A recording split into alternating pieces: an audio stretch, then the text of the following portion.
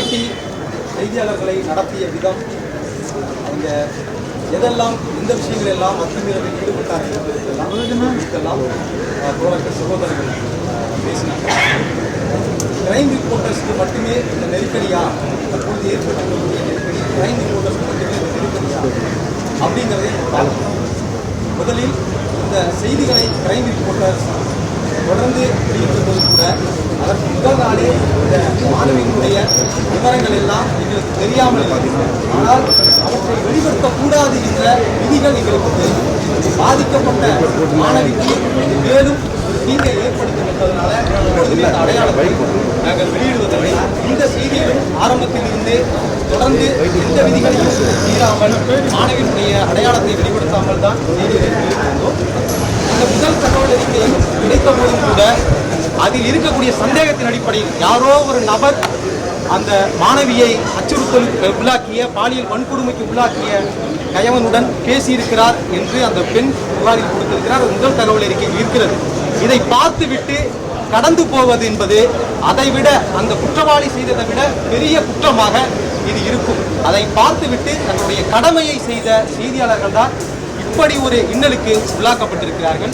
முதலில் ஒரு 3 செய்தியாளர்களுடைய செல்போன்கள் சட்டவிரோதமாக பறிக்கப்பட்டிருக்கிறது. அந்த 3 செய்தியாளர்கள் அடுத்து 6 செய்தியாளர்களாக ஆனார்கள். இந்த 6 செய்தியாளர்களுக்கும் நான் உட்பட 6 பேருக்கும் சம்மன் வந்தது.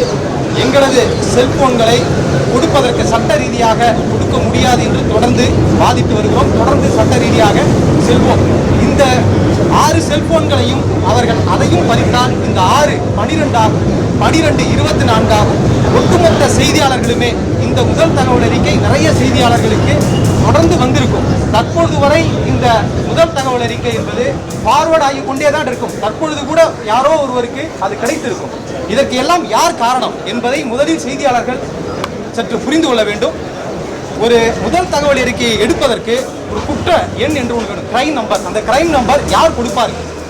காவல்துறை தான் அந்த கிரைம் நம்பரை ஒதுக்கும். அந்த எண் எங்களுக்கு எப்படி தெரியும்? அந்த கிரைம் நம்பர் கிடைத்ததோடு மட்டுமல்லாமல் இது போன்ற வழக்குகளில் போக்சோ, பெண்களுக்கு எதிரான பாலியல் குற்றங்கள், இது போன்ற வழக்குகள் எல்லாம் இந்த CCTNS வலைப்பின்னலில் பதிவேற்ற முடியாது. பதிவேற்றினாலும் பார்க்க முடியாது. அதை பிளாக் செய்ய வேண்டிய பொறுப்பு நேஷனல் இன்ஃபர்மேஷன் கமிஷன், காவல்துறை கண்காணிக்க வேண்டிய பொறுப்பு காவல்துறை இருக்கிறது. இப்படி முதல் அடுக்கில் NICயும், இரண்டாவது அடுக்கில் கண்காணிக்க வேண்டிய காவல்துறையும் இருக்கிறது. 4 மணி நேரமாக 5 மணி நேரமாக அந்த முதல் தகவல் அறிக்கை அந்த வலைப்பின்னலில் எல்லோரும் பார்க்கும்படி இருந்தது. யாருடைய தவறு? இது காவல்துறையினுடைய தவறு, கண்காணிக்காத அதிகாரியினுடைய தவறு. இப்படி 3 அடுக்குகளை கடந்து 4வதாக அதை பார்த்து ஒரு செய்தியாளர் பதிவிறக்கம் செய்து செய்தியாக்குவது என்பது, அந்த மாணவியினுடைய அடையாளத்தை வெளிப்படுத்தாமல் செய்தியாக்குவது என்பது எப்படி குற்றமாகும்? 4வது அடுக்கில் இருக்கக்கூடிய செய்தியாளர்களை இப்படி துன்புறுத்துவதை எப்படி ஏற்றுக்கொள்ள முடியும்? இப்படி இதற்கு முன்பாக இந்த NIC, காவல்துறை இவர்கள் உச்சநீதிமன்றத்தை நாடி தங்களுடைய அதிகாரம் மூலமாக அவர்கள் தடை வாங்கியிருக்கிறார்கள். இடைக்கால தடை வாங்கியிருக்கிறார்கள். அவர்கள் மீதான இந்த துறை ரீதியான நடவடிக்கைக்கு தடை வாங்கியிருக்கிறார்கள். அப்படி எனும் பொழுது எனக்கு கிடைத்த அந்த முதல் தகவல் அறிக்கையை ஒரு உதாரணத்திற்கு சொல்கிறேன். ஒரு காவல்துறை அதிகாரிக்கு அனுப்பி இதை சரிபார்ப்பிற்காக இது உண்மையானதா அல்லது போலியா என்று நான் கேட்டிருந்தால் எனது செல்போனை இந்த SIT வாங்கும் பட்சத்தில் அந்த காவல்துறை அதிகாரியை தற்பொழுது விசாரிக்க முடியாது. ஏனென்றால் உச்சநீதிமன்றத்தில் ஸ்டே இருக்கிறது காவல்துறை அதிகாரிகளுக்கு எதிரான விசாரணை. அப்படி இருக்கும் பொழுது 3ஆம் கட்டத்திலும் 4ஆம் கட்டத்திலும் இருக்கக்கூடிய அதை ரிசீவ் செய்து, டவுன்லோட் செய்யாமல் ரிசீவ் செய்து அதை செய்தியாக்கிய செய்தியாளர்களை மட்டுமே குறிவைத்து இந்த SIT விசாரணை நடத்துவது என்றால் இது எப்படி நியாயமானதாக இருக்கும்? மேலும் இந்த SIT-னுடைய விசாரணை என்பதை வெறும் கிரைம் செய்தியாளர்களுடைய செல்போனை பறிக்கக்கூடியதற்கு பின்னால் பல சதி இருக்கிறதோ என்று ஒரு அச்சம் ஏற்படுகிறது. 10 ஆண்டுகளுக்கு மேலே அதற்கு மேலேயும் கூட செய்தியாளர்கள் கிரைம் பீட்டிலே தொடர்ந்து பணிபுரிந்து வரக்கூடிய நிலையில் அவர்களுக்கு இருக்கக்கூடிய அந்த சோர்ஸுகளை எல்லாம் துண்டித்து விட்டால், அந்த சோர்ஸ்கள் யார் என்பதை பார்த்து அவர்களை தடுத்து விட்டால் இவர்களை முடக்கி விடலாம் என்று காவல்துறை எண்ணுகிறதோ என்ற அச்சமும் எங்களுக்கு இருக்கிறது, ஒரு சந்தேகமும் இருக்கிறது.